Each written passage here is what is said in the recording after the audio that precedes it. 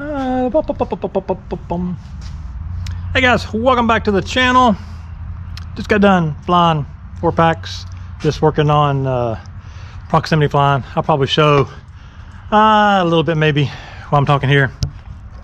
You guys can see a little bit, a bunch of crashes and nothing great, but you know, I'll show you a little bit. Anyways, I wanted to talk about my switch away from GoPro. I want to talk about my switch away from GoPro and then back to GoPro again, and ins, outs, all that kind of stuff. I was going to try and make it short, sweet, and to the point. So I got out of using GoPros for one main reason, and that was every time I crashed, it seemed like my GoPro broke. Didn't matter, you know, how I had it mounted, all that kind of stuff. I just seemed to have bad luck with them, and they kept breaking, and I got frustrated because I couldn't get anything recorded. So that was frustrating. So that was the main reason. The other reason was I just wanted to kind of see how my quad flew without the weight, you know, the extra weight and stuff. So I ended up switching to a RunCam hybrid. I liked the quality from the RunCam hybrid at first, but there were a few things that I noticed down the way that I didn't kind of like. So one, with it, you couldn't like set 4.3, and you only had, you know, the 16:9 mode that it had, and it didn't really have a super view, and it was kind of a closed in field of view. It was a much narrower field of view than the GoPro field of view, and for the right kind of flying and stuff, that's okay, but for more of the more flippy floppy freestyle stuff, it really was a bit too narrow, and it would be like way in, and you had to really watch how you were flying so that the footage looked, you know, better. So that was some of the stuff I ran into, but then I started running into problems with the boards. The camera themselves were fine, but the board that they connect to kept having those go out, and those require, you know, extra space in your stack, so you were limited on frame choices and, you know, all that kind of mess. So eventually I got kind of tired of that, and so I was like, you know, I don't want to go back to GoPro. They're still kind of expensive, so I want to try some other cameras. And so I ended up getting one camera I intended to use on my long range rig, which is still kind of sitting on the shelf. I haven't really ran it, but I ended up putting it on my freestyle rig and flew it. I kind of like the quality from it. It was a iFlight Go, something like that, I think is what it was. It's basically a RunCam camera. I kind of like the quality and stuff from it. It lets you do the 4.3, so you could, you know, super view it and do all that kind of stuff. But the problem with it is it was not durable. It wasn't designed for doing freestyle. So it ended up breaking, and there was a bunch of money down the tubes. So then I decided to pick up a RunCam 5 Orange. And that's the footage that you guys saw. All of Paxember was from the RunCam 5, and it, you know, good camera. You could do 4.3, and you could, you know, apply your super view and stuff to it. But the audio out of that camera, the audio out of the Go 2 were terrible. I even tried the hack that a friend of mine, you know, gave me, and that kind of worked, but it didn't work great for me. He had really good results with it. Must be the foam or something that I used just wasn't that great, or I didn't do it exactly right, maybe, I don't know. Anyways, audio was still terrible. I can kind of live with that, but you know, it was kind of So fast forward a little bit, I'm still okay with it, you know, it's fine, it's giving me good quality. I ended up breaking the lens, well, not the lens, but like the outer cover, you know, and those aren't replaceable on that. Camera still worked, so I put a camera butter ND filter, stuck it over top of it, or, you know, one of the camera butter just protective things, and that worked fine. Stuck right to it, sucker, and you know, it stayed on there through crashes and all that kind of stuff, and no issues. Everything was good. My buddy Triton FPV, he messaged me up one day out of the blue, and he's like, hey, he goes, have you heard that GoPro lets you like trade in like your GoPros and stuff, and like to a year? And I was like, I'd heard something about that, but I hadn't really looked into it. And in my mind, I'm thinking, well, they only let people do that whenever they register with them, you know, and you know, you got to do this, that, and the other. And I didn't think I would be eligible to do that. And I had, you know, 2 dead GoPros, which he knew. That was kind of why he brought it up, I think. And he had recently a dead Hero 7, I think it was.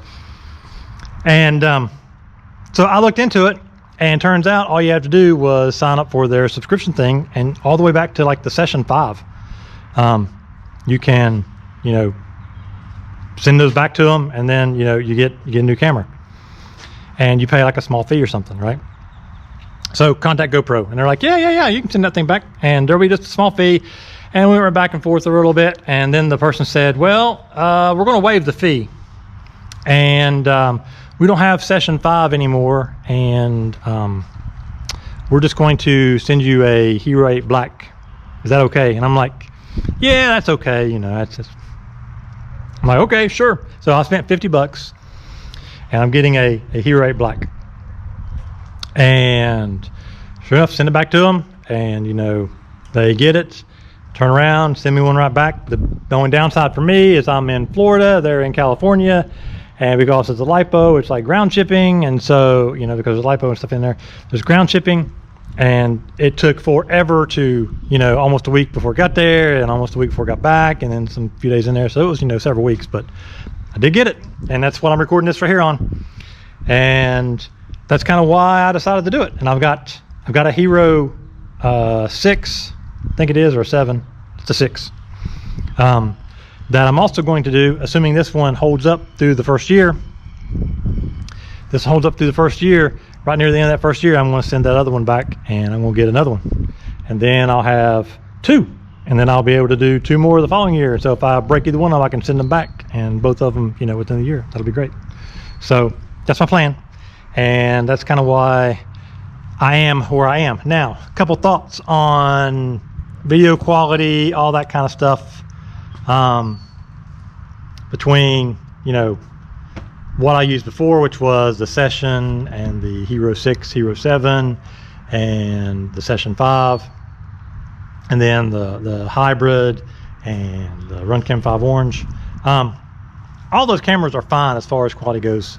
This one, quality is definitely better than previous iterations, better than the Session, better than the Hero 6, 7, only marginally, but it is better. So if you want really good quality, decent price, Hero 8's a pretty good choice. Weight, it's heavier. That was a big factor for me. I'll come back to that in just a minute. But the others, I mean, they're fine. The downside with the run cams for me, it's twofold. One, well, I guess threefold. One, get that off there. Sorry about that. I have 3 problems with the run cam. One, audio. Audio is terrible. Now, if you never use audio in your videos, then you're probably fine. But I like to just go back and watch my videos, and I like to be able to hear what's going on and be able just to kind of analyze my footage. So audio is important. I like to hear how I'm doing on my throttle, what I'm doing, you know, particularly when I'm trying to get better in a particular area or whatever. I want to be able to hear that.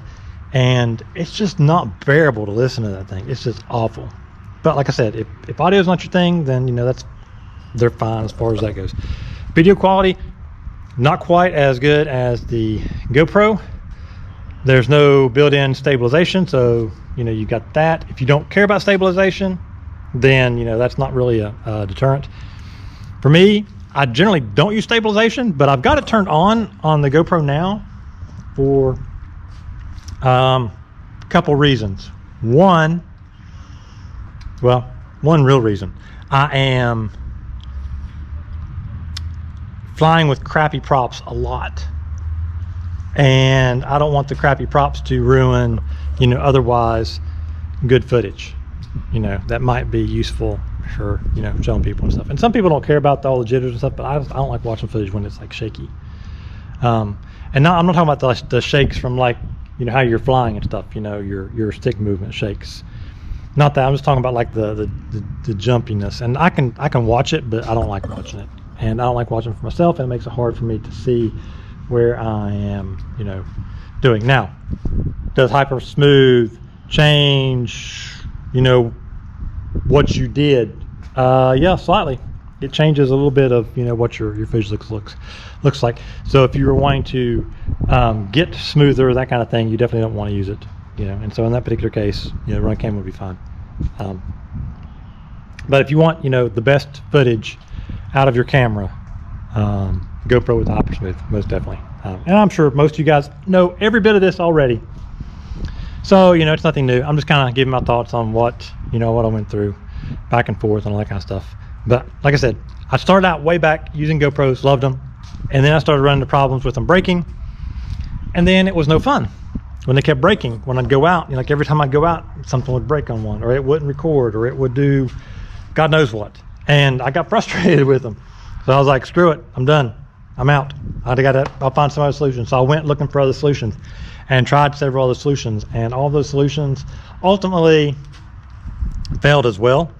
So I am back to GoPro, and I'm pretty happy that I went back to that. Now, to the weight. God, I'm at 11 minutes already. Man, I've been rambling too long. So first put this thing on there. I flew it, and I recorded my thoughts on what I thought about it. And I wasn't really all that happy with my quad, the way I was flying, or, you know, the quality was like, I was like, yeah, it looks better, but you know, the quad doesn't feel blah, blah, blah, blah, blah, you know. And I went through all the excuses and stuff. And you can even ask Triton, you know, I told him, I was like, it's okay. You know, I wasn't super, you know, I was really, you know, jazzed to get it. You know, he and I were messaging back and forth like, just a couple more days, it'll be here, you know. And, you know, he was all jazzed when he got his and all happy and everything. And, you know, so I got it. And then I wasn't too happy about the weight. And then I ran into issues with video settings. He had ran into issues with video settings. And I'd been down this road before with GoPros and never really had any issues. And, you know, running stuff. And so I went back, and then my computer isn't the fastest. So video editing, trying to come up with a way that I can record, get, you know, good quality out of it, get consistent quality out of it like I want, you know, with white balance and with the lighting and, you know, look and all that kind of stuff. I went back and forth on a bunch of stuff, and I got frustrated with that as well. And, you know, but I kept pushing through, and finally I settled on some settings that I'm pretty happy with. And to my dismay, I am on auto shutter because I don't have any ND filters. But I think I'm actually going to leave it that way. For one, it just makes my life easier. I don't have to think so much about it. And two, it makes my life easier and I don't think about it. So I ended up on auto shutter. I ended up on 30 frames a second. I had been previously recording 60 frames a second. But I kind of like the auto shutter with 30 frames a second and 2.7K. And I've been happy with the results. It looks good. It gives me just enough motion blur with stuff. You know, even with the auto shutter, you got just a hint, not enough to make it as buttery smooth as it could be, but you know, the footage is pretty smooth anyways. You just don't have that motion blur smoothness. So that's where I'm at, 2.7K, 30 frames a second, auto shutter. Actually doing medium sharpness. I used to do low sharpness, but I like the medium sharpness now. I gave that a try. And flat color, and no exposure adjustment or that kind of stuff. Anyways, that's where I'm at on that. And I have rambled almost 15 minutes now. Good grief. So you guys have a great day. Hopefully you enjoyed watching some footage in and out here while I've been talking, and enjoyed the crashes and all that mess. And I will see you guys in the next video. Hopefully I get a little better here in the coming days. I'm trying to work on flying close, tight to stuff, and working on flow, and working on when you do maneuvers coming right back towards something and not being kind of out in the open so much. I know you've seen a bunch of that be completely wrong in the footage I just showed you, but that's my goal, is to stay, you know, closer to where I'm in proximity of something, and that's kind of like in view, and you don't get the big open stuff coming out of stuff, because it just doesn't look as good. It's much cooler if you know, stay tight on stuff and you keep those things that you're close to in view all the time. Anyways, I have rambled 15 minutes. See ya. Peace.